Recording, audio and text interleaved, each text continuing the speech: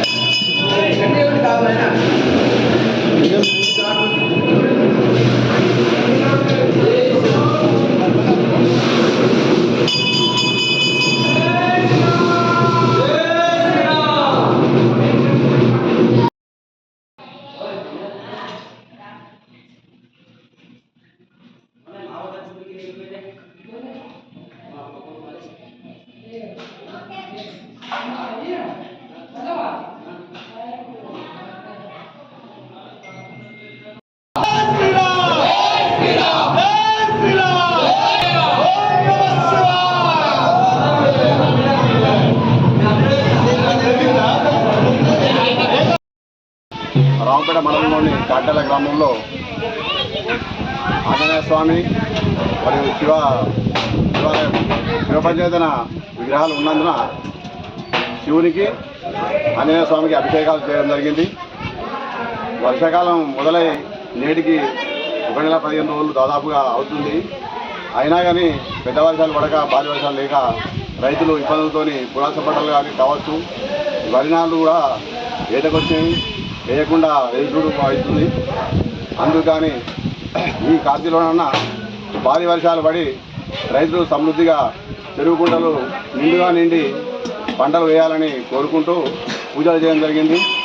పశుపక్షాదులు, ప్రజలు, రైతులు అన్ని వర్గాల వారికి కూడా మంచి వర్షాలు పడితే ఈ సంవత్సరము సంతోషంగా ఉంటారని కోరుకుంటూ పూజలు చేయడం. దీనికి సందర్భంగా గ్రామస్తులందరూ కూడా సహకరించి అందరూ ఆ నీళ్లు పోయడానికి వచ్చినందుకు కూడా, అభిషేకానికి వచ్చినందుకు కూడా అందరికీ కృతజ్ఞతలు తెలుపుతున్నాము. ఈ తర్వాత రేపు వనభోజనాలకు వెళ్ళడం జరుగుతుంది. కావున ఈ కార్తీలో భారీ వర్షాలు కురిసి చెరువు కుంటలు నిండి రాష్ట్ర వ్యాప్తంగా కూడా రైతులు మంచి పంటలు పండించి జీవించాలని కోరుకుంటున్నాం. ఈరోజు వర్షాకాలం మొదలయ్యి నెల 15 రోజులు అవుతున్నా ఇప్పటి వరకు వర్షాలు సమృద్ధిగా లేనందున మన కాటాల గ్రామంలో హనుమాన్ టెంపుల్ వద్ద హనుమాన్కు మరియు శివ పంచాయతీ ఉన్నందున అందులో మా గ్రామ ప్రజలందరం కలిసి జలాభిషేకము చేయించడం జరిగింది. అలాగే ఆషాఢ మాసం సందర్భంగా శనివారం రోజు ఈరోజు జలాభిషేకం చేయడము, రేపు ఆదివారం రోజు వనభోజనాలకు వెళ్ళడం కూడా నిర్ణయించుకున్నాం. కాబట్టి అందరికీ ఈ పూజలు చేయడం వల్ల అందరికీ ఫలితం కలగాలని, సమృద్ధిగా వర్షాలు కురవాలని కోరుకుంటూ ఈ ఆంజనేయ స్వామికి అభిషేకం చేయడం జరిగింది. జై శ్రీ